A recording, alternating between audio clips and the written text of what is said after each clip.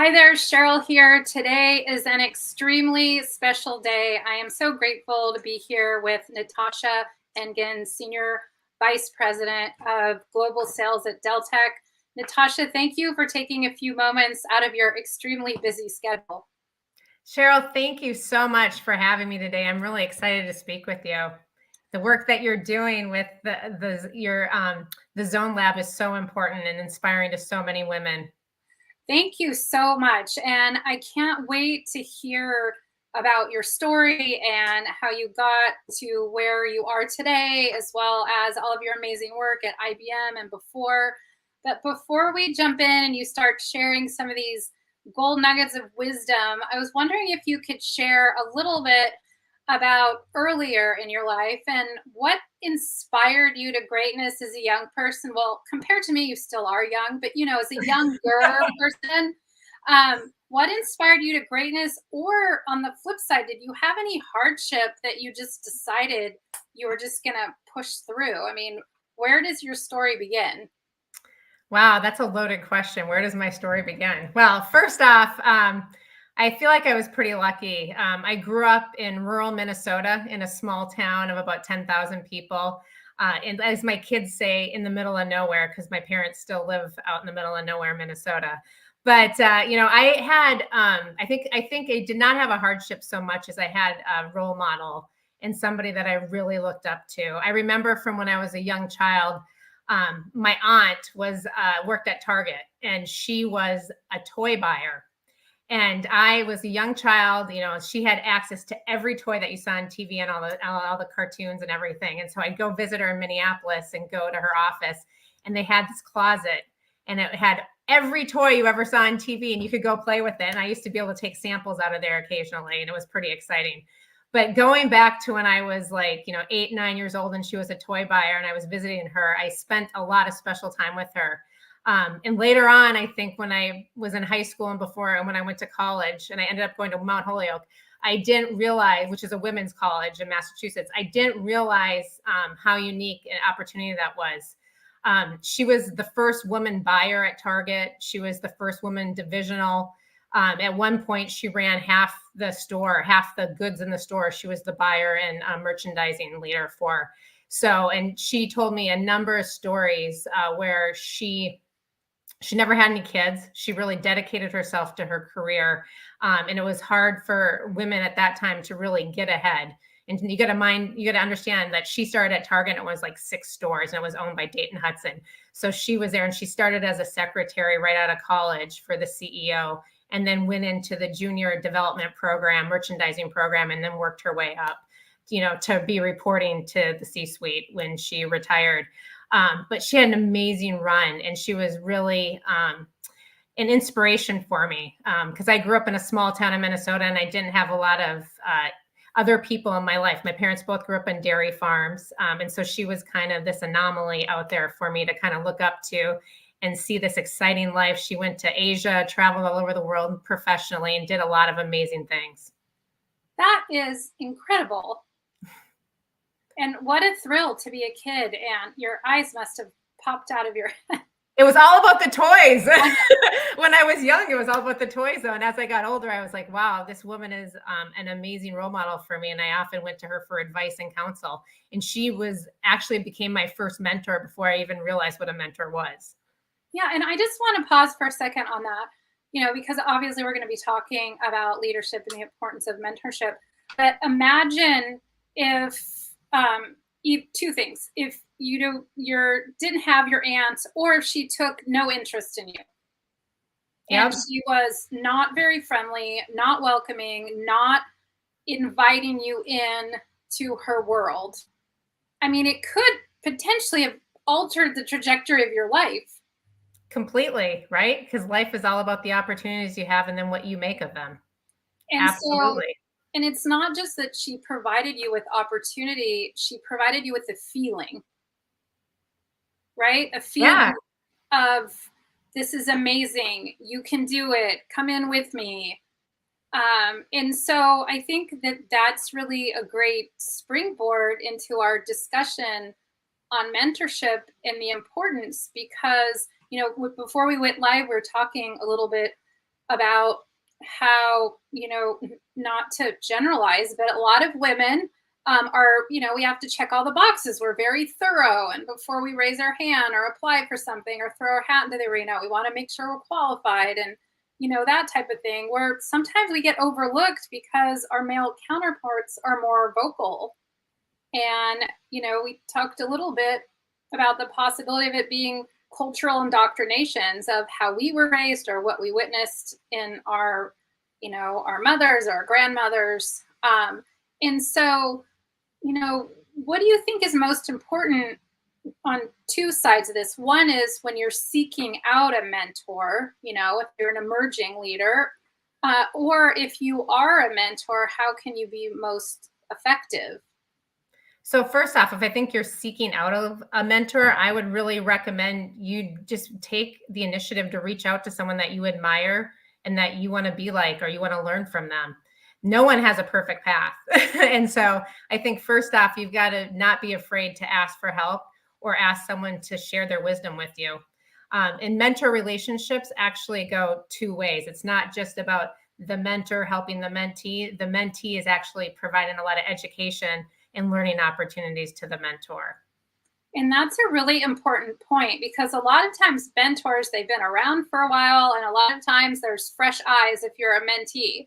So I just want to really spotlight what Natasha said is don't be afraid to share insights, thoughts, ideas, and that type of thing. And I think you have a pretty interesting story where you're not just telling us what to do, but you really walk the walk. Do you want to share that? Sure. I personally mentor a lot of women and men, by the way. But I co-founded Women at Dell Tech when I joined Dell Tech about 5.5 years ago. And prior to that, I had spent about 11 years at IBM, and I was I was exec sponsor for Women in Security. And then before that, I was involved in Super Women's, which was the software group, women's group. So had a lot of opportunity to be in women's organizations that supported and absolutely helped women find mentors, no matter what level you were within that organization. And I think it's super important that we help each other.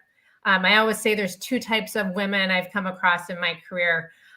Ones that look at you as a competitor and don't want to help you. They want to squash you and blow out your light, I'd like to say. And others that want to lift you up because they think there's room at the table for everybody and really want to help create a lot more female leaders and leaders.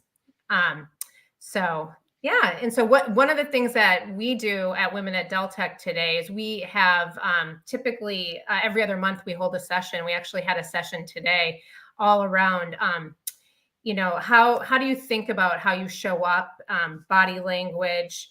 One of the things that came in is executive presence was something we talked about. And you can have executive presence even as an individual contributor. It's about how you show up and how you show up, on Zoom or virtually or face-to-face, as a lot of folks are getting back in the office or going to events and going to conferences. And just, taking hints from like Amy Cuddy and her TED Talk, where you're like having the winning pose and, going through those steps to leverage the power positions. Women a lot of times don't do that. We like to make ourselves small and meager rather than sitting up straight and being open and being more confident. So I think that's a great opportunity as well. So, it's just important to interact and support each other as women, and mentoring is a key way to do that. Yeah, 100%. And it's really seeking out and finding people that are like that. And if, you're listening, thinking about, well, how can I add one more person to that, to that mentor, even thinking of creating a mentoring circle or something like that. And if you think about, to your point, a lot of the research that Amy Cuddy did, is out in nature. If you look about, for example, a gorilla, when a gorilla is owning his or her territory, they're very big, with their arms really way high up in the air. And they're not cowering. When you're closed, if you're out in nature, it means that you're basically ready to be hunted. And so I think that is so important. And it really starts with mindset. Am I worthy of this position? Do I deserve it? And, so that That being said, we talked a little bit about mindset because, putting on my coaching hat for a moment, a lot of this journey starts with before you can start mapping out a plan and what to do.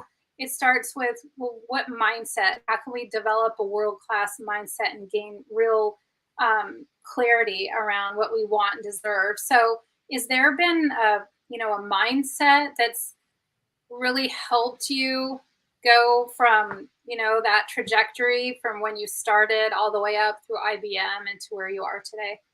Yeah, I would say the number one thing that I've done is really try to make time for working out, meditation.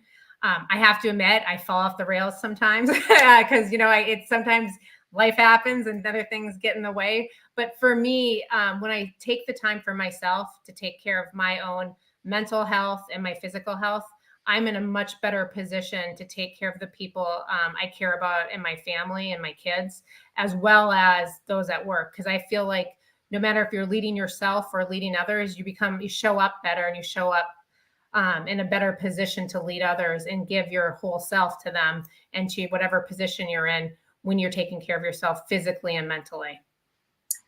100%. I could not agree more. And a lot of times, uh, this is easy to happen. And well, early when the pandemic started, people, I think at least from the hundreds, if not thousands of people I've talked to, they thought they'd have more time, but actually it never really felt that way. And so that is so important. And just to start little and be consistent. If you're listening and you're like, that's an amazing idea, but just, yeah, start small and be consistent. It's so important. It is. And I think when you have that physical time or that time for yourself to get clarity, you're also able to make better decisions. And I've leveraged it to actually make career shifts and to consciously make career decisions to leave companies where I wasn't getting what I needed and let others be in control of my career steps and my next role versus me being in control and doing what I want to do, what's right for me in my life and the balance that I want to strike professionally and personally. Yeah, and I would like you to elaborate on that because I think if we're running really hard and not taking that pause, not taking care of ourselves, and then we're in reactive mode. And reactive mode means that we do what everyone puts on our plate, or we might shift to a different department because someone says we should. And so we were talking a little bit earlier about being open to a move if someone thinks that you might be good at something that you're not necessarily feeling competent at, but also the ability to be discerning about saying, well, thank you for offering that, but this is what I want to do. So can you share a little bit about, when you were making some tough decisions and, the importance of taking that time and taking care of yourself and how it facilitated a decision that was right for you? Absolutely. Let me say that I've made some crazy decisions too, Yeah. though, along the way. I'll give an example. Before I was still working out, I was doing it, but I don't think I was as mindful in my decision making. When I was younger in my career, probably around 28-ish, I had a management job in a software company, and I was about ready to get married. So I went off, got married, came back from my honeymoon. I get back literally 2 days after I get back from my honeymoon. My boss and the head of sales said to me, "We have a foreign assignment in Asia. Are you interested in doing it for 1.5 to 2 years?" I said, "Give me the evening. Let me go talk to my husband, my new husband." I came and my husband and I talked about it, and I knew, and we just gotten married, newlyweds. We didn't have any children at the time, and my husband's a lawyer and can't live internationally, so he couldn't go with me. And he had his own law firm at the time, and but we decided that this was the best thing for me in my career long term is let me go and take this foreign assignment now before we had children. So I did. I went back the next day, and I don't think these gentlemen thought I was ever going to take this role. They're like, there's no way this woman who just got married and her husband's not going to let her leave for 2 years and just go run a business in Asia Pacific and see him like once a month or once every 2 months. But I did. I went for it. And it was one of the best decisions I ever made. I learned so much. I was outside my comfort zone almost every day. And I was often the only female in sales and leadership and technical meetings with some of the biggest companies in Asia. And it was an awesome growth experience for me and an amazing opportunity. Well, I want to comment on two things. First of all, you have an amazing husband. Yes, it matters who you marry if you get married. Yeah. So if you're considering getting married, be mindful of this story. And then also good for you. That took an immense amount of courage. And I think it probably seems like it was like the springboard to everything else. Like, well, if I can do that, then maybe I can do this, maybe I can do that. And so good for you. I definitely think it was a springboard. And that company I worked for was later, when I was over in Asia, was acquired by IBM. And then I spent 11 years at IBM. But I spent and I came back pregnant when I came back from my foreign assignment. By the way, my husband was visiting me every other month. But I came back to the US and had a number of leadership roles at IBM. And an amazing amount of opportunity because they had a lot of focus on DE&I.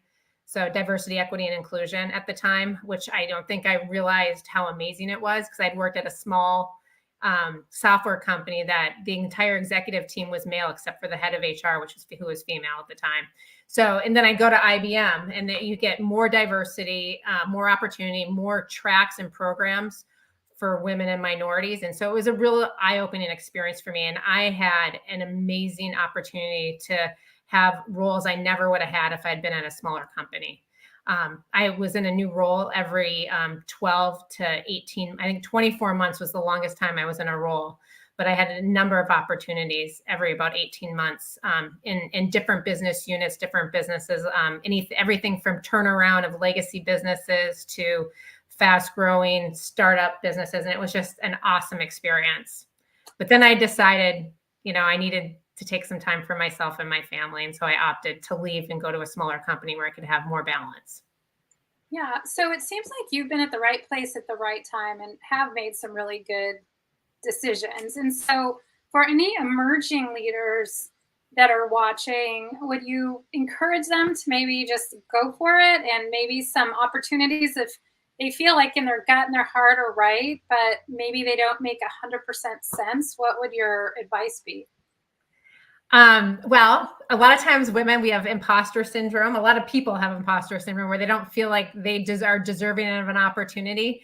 And as women, we tend to think that we've got to check every single box on a job description before we can apply to a job.